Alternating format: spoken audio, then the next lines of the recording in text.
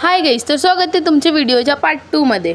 जसं की मागच्या पार्टमध्ये मी सांगितलं होतं की अर्जंटली आम्हाला मामाच्या गावले जाणं पडलं होतं, कारण माझ्या मामाची तब्येत खराब झाली होती आणि माझ्या मामाला हॉस्पिटलमध्ये ॲडमिट केलं होतं। तर मी हॉस्पिटलमध्ये बसून बसून बोर झालो होतं, म्हणून मी मांडरच्या गल्ले फिरत होतो। मी लहान होतो तेव्हा मी बहुत जास्त मामाच्या गावले येत होतो, म्हणून मला इकडचे सर्व एरिया माहिती आहे। आणि इकडे कुत्र्यांची पर्सनलवाली मीटिंग चालली होती, एवढे कुत्रे गेले, ह्या बिचाराला एकटं सोडलं होतं इथं। हे ते शाळा वे गाईस जिथं माझा भाऊ नापास झाल्यानंतर शिकला होता।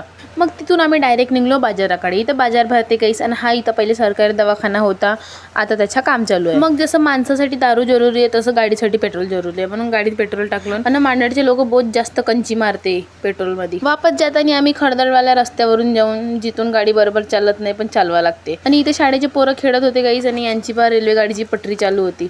ह्या पोरी मला व्हिडिओ बनवताना पाहून बाय बाय करत होते मस्त बाय।